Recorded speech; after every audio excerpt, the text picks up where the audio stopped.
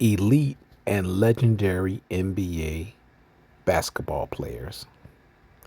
That's what I want to talk about on this show. Now, this is something I just created on today because I feel like so many of these legendary players that played long before I was born just don't get quite the respect that they deserve. But they're going to get it on this channel because I'm currently 54 years old. I have seen a lot of basketball from the early 80s all the way up until now. And of course, there were a lot of basketball that was played prior to me starting to watch basketball. So I missed the great era of the 60s, of the 50s, and of the 70s. So I want to give these elite and legendary players the respect and honor they deserve. They will get that on this channel. And of course, the first person I want to talk about is Wilton Norman Chamberlain. Born August 21st, 1936, and died October 12th, 1999. This man stood at 7 feet 1 inch and played for the National Basketball Association for 14 years. And he is widely regarded as one of the greatest players in sports history. No doubt about that. Now, the guy, many people hold him. Now, I say today, most people regard Michael Jordan as the greatest basketball player ever. And I'm going to tell you right now, I'm a Michael Jordan fan. Trust me. I love Michael Jordan. I followed his entire career. I've never seen anybody like him at the guard position. Never seen anybody like him. But Wilt Chamberlain was just a different animal. Like, you're never ever going to see anyone like him. And Michael Jordan, you're not going to see anybody like him, even though Kobe, was somewhat kind of a replica of him. But he still wasn't Jordan. But still, what the things that Wilt Chamberlain did will never, ever be done again. It just won't. Okay? This guy was phenomenal. He was an anomaly. 11 rebounding titles, 4 MVPs. And you know what's really sad is that blocks were not recorded until he retired. And I'm pretty sure he would have led in blocks. Like, he'd be number one in blocks right now had they been recording blocks when he played, but they didn't. Okay? This guy was a international volleyball champion. He was the president of a volleyball team. He played in Conan the Destroyer. He currently holds 72 NBA records. I'll say it again. He currently holds 72 NBA records. So basically, he owns the record books. And when he retired, he owned 90 NBA records. The dude is just unbelievable. The guy scored 100 points in a single game. He averaged 50.4 points per game for an entire season. Think about that. That'll never, ever be done again. And it hasn't been done since. 50 points per game for an entire season. At the same time, averaging 25 rebounds per game. And I'm not finished yet. Averaging over 48 minutes per game that season. He played every minute of every game that season. That is crazy. You'll never see that. The guy had stamina, unbelievable stamina. Never came out of the game. The man has never fouled out in his whole entire career. He led the league in assists one season at 8.5. A center leading the league in assists. That's crazy. He was a rookie of the year. Okay? He was a finals MVP. He got that one time.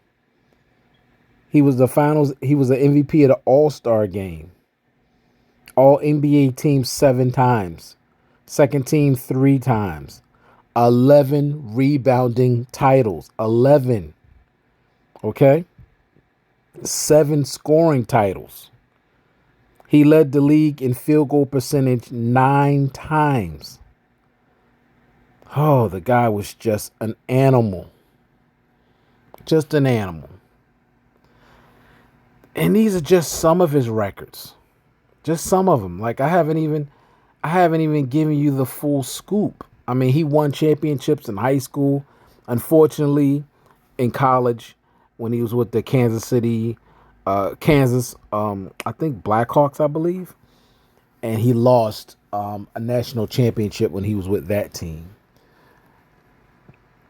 And that's unfortunate, but he did win 2 championships as a professional, one with the 76ers and one with the LA Lakers.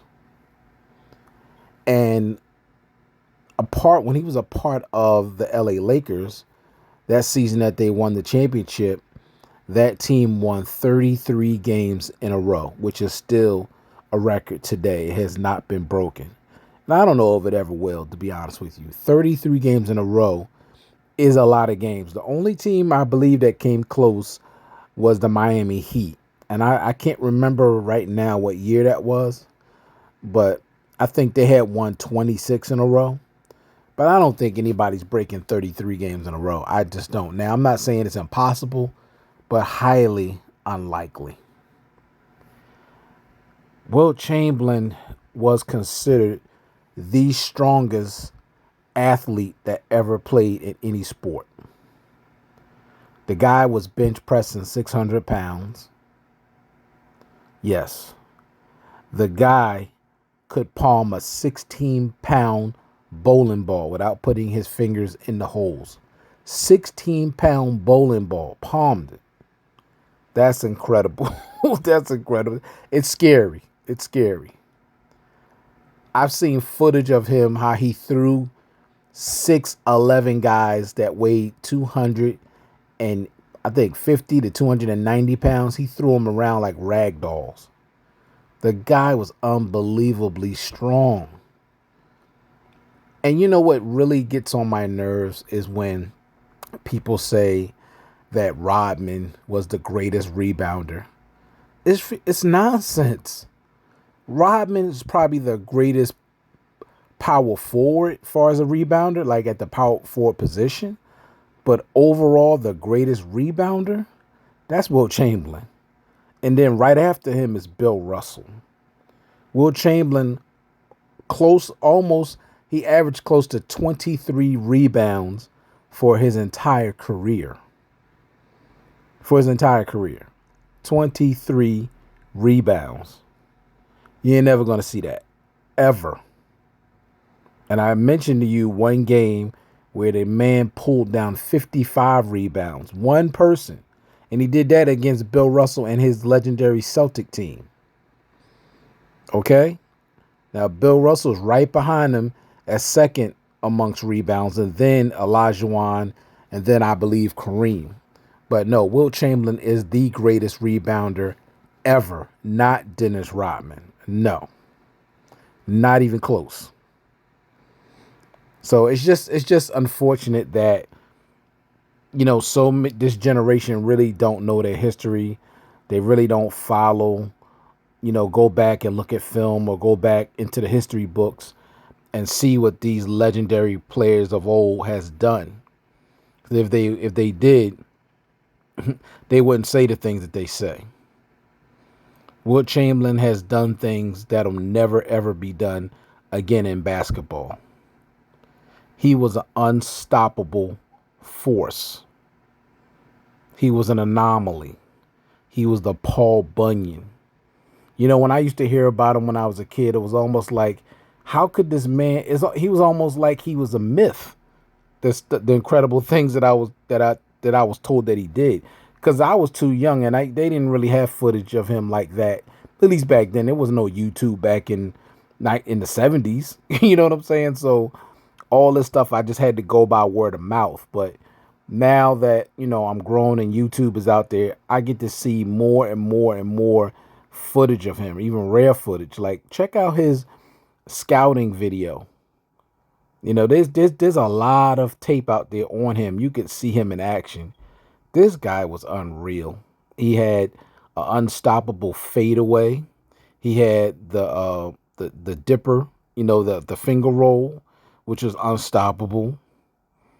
I mean, the guy wasn't just a dunker. He could do a little bit of everything. He could do whatever he wanted to do on the basketball court. The one flaw in his game is, well, I'll say the two things. One thing was his free throw shooting, which was horrendous. For some reason he just couldn't shoot free throws. And also, people say he didn't have that killer instinct. He wasn't ferocious enough. Well, it's a good thing he wasn't ferocious because he would have injured and hurt a lot of people had he had that type of mentality. Now, he just wanted to play basketball the right way. He didn't want to hurt anybody. And that's just the way he played the game.